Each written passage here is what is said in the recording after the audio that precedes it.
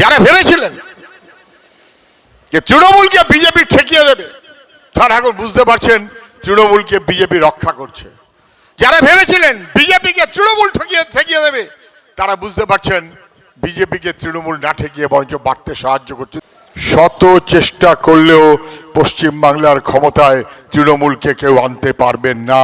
মানুষ বুঝে গেছে সবচাইতে বড় অপরাধীর দল তৃণমূল।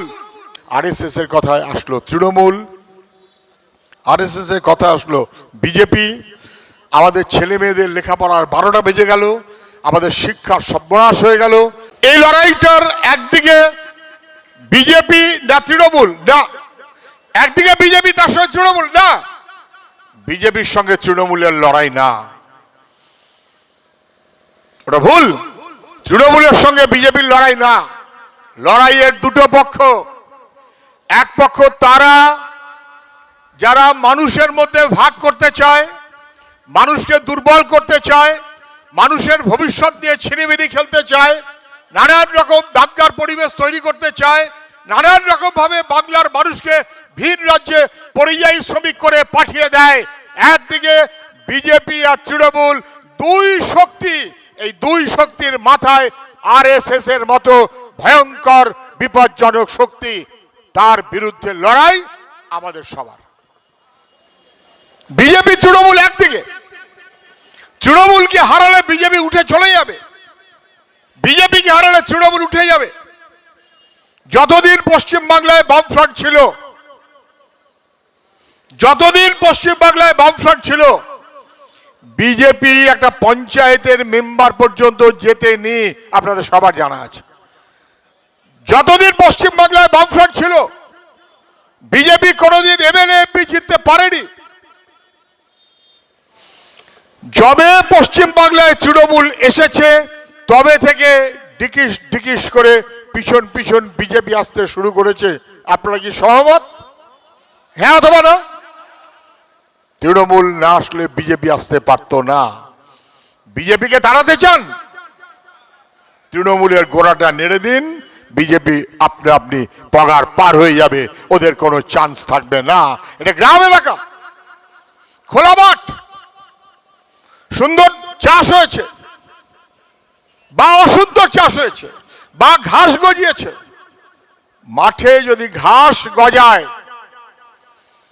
এখন আগের যে কমে গেছে, গরু যদি খোটাতে বেঁধেও রাখা হয়, সে গরু খোটা উপড়ে ঘাসের দিকে তেড়ে আসে, ঘাসের জন্য ঘাসের লোভে গরু চলে আসে। যেমন ঠিক তেমন করেই তৃণমূল ঘাসের লোভে বিজেপির গরু পশ্চিম বাংলায় হানা দিয়েছে।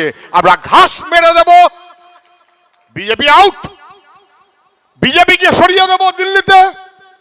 দিল্লির বিজেপির সাপোর্ট না পেলে পশ্চিম বাংলার তৃণমূল যা যা করে বেড়াচ্ছে, এই সমস্ত নবান্নের মাথা, এই সবার জেলে পচার কথা। এরা চোর, এরা দুর্নীতিগ্রস্ত, এরা লুঠেরা, এরা মানুষের উপরে অত্যাচার করেছে, এরা নানান সংকট তৈরি করেছে মানুষের। আমাদের ভবিষ্যৎটাকে ধ্বংস করতে চাইছে।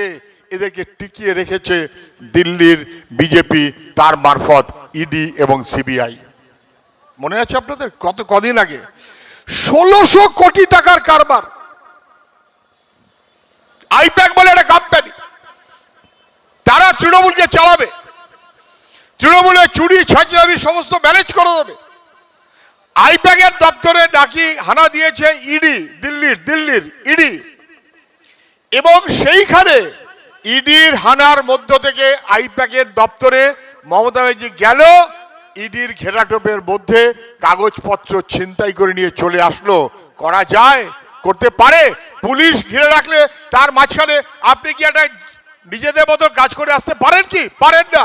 যদি পুলিশের প্রশ্রয় না থাকে, ইডির ঘেরাটোপের মধ্য থেকে ছিনতাই করে এনেছে মমতা।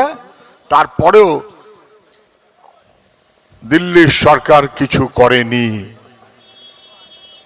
কিচ্ছু করেনি। যারা ভেবেছিলেন যে তৃণমূলকে বিজেপি ঠেকিয়ে দেবে তারা এখন বুঝতে পারছেন তৃণমূলকে বিজেপি রক্ষা করছে।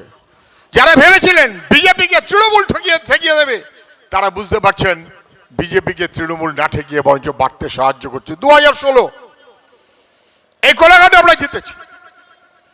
পশ্চিমবাংলাতে তৃণমূলের একদম মুখোমুখি দাঁড়িয়ে আছে বামপন্থীরা।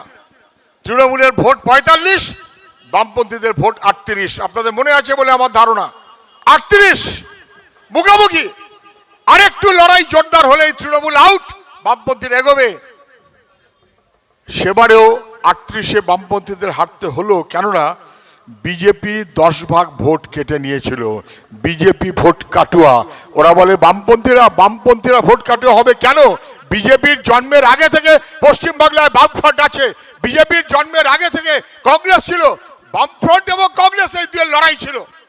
আর এখন এই দুইকে আউট করে দিয়ে আরএসএস এর কথায় তৃণমূল আর বিজেপি এসছে। এমন একটা ভাব যেন তারা সব অনাদিকাল ধরে আছে। না, বরং বাম এবং কংগ্রেস অথবা পশ্চিমবাংলার রাজনীতি তাকে ভেঙে তছনছ করে দিয়ে আরএসএস এর কথায় আসলো তৃণমূল, আরএসএস এর কথা আসলো বিজেপি। আমাদের ছেলে মেয়েদের লেখাপড়ার 12টা বেজে গেল, আমাদের শিক্ষার সর্বনাশ হয়ে গেল, আমাদের সব মিলিয়ে পশ্চিমবাংলার ছেলে পরিযায়ী শ্রমিক হয়ে গেল, আমাদের চিট ফান্ডে মানুষগুলোকে সর্বশান্ত হতে হলো। এই সমস্তগুলো সবাই খেয়াল করছেন, এই সমস্তগুলো সর্বশান্ত হয়ে গেল মানুষ। সেই রকম অবস্থায় তৃণমূল আর বিজেপি দুয়ে মিলিয়ে লুট করে নিয়ে বাংলার মানুষকে বিপন্ন করে দিল। এই নির্বাচনে লিখে রাখুন, তৃণমূল জিতবে না। শত চেষ্টা করলেও পশ্চিমবাংলার ক্ষমতায় তৃণমূলকে কেউ আনতে পারবেন না। মানুষ বুঝে গেছে সবচাইতে বড় অপরাধী দল তৃণমূল। কেন? তারাই নিয়ে এসেছে বিজেপিকে মাথায় করে। এই দুয়ের বিরুদ্ধেই মানুষের সমগ্র রাগ। জ্যোতিবাবু, 3টে কথা মনে রাখবেন। এক, বিজেপি অসভ্য বর্বরের দল। মনে পড়ছে? কে বলেছিল? জ্যোতি বোস। মানুষ চিনত, লোক চিনত। তখনও তৃণমূলের সরকার আসেনি, তখনও নরেন্দ্র মোদীর সরকার হয়নি, তখন জ্যোতিবাবু বেঁচে আছেন। জ্যোতিবাবু বলেছিলেন বিজেপি অসভ্য বর্বরের দল। 100-তে 100 ভাগ সত্য কথা আজকে আমরা হারে হারে টের পাচ্ছি। কি বলেছিলেন? মমতার সবচেয়ে বড় অপরাধ, ও খাল কেটে কুমির আনার মতন করে পশ্চিমবাংলায় বিজেপিকে নিয়ে এসেছে। একেবারে 100-তে 100 ভাগ সত্য। এই দুটো বলে পশ্চিমবাংলা মানুষের কাছে উনি দাবি করেছেন, এই জেলার মানুষ, পাঁশকুড়ার মানুষ, কোলাঘাটের মানুষ তাদের কাছে দাবি করেছেন। কিন্তু তা সত্ত্বেও মানুষই ইতিহাস রচনা করে, রচনা করবে মানুষ। আমরা, আমি, আপনি, জনতা, আমরাই যখন রুখে দাঁড়াবো, আমরা ইতিহাস রচনা করব। না তৃণমূল, না বিজেপি পশ্চিমবাংলাটাকে বদল করে দেবার এই সুযোগ। যখন পশ্চিমবাংলায় বামফ্রন্ট ছিল না, কি ছিল গ্রামের চেহারা? স্কুল, কলেজ, লেখাপড়া, গ্রাম এলাকা কি ছিল? আমি না জেনে বলছি। এই সাগরবাড়ের এই এলাকার যে রাস্তা দিয়ে আমরা আসলাম, এই রাস্তাটা কি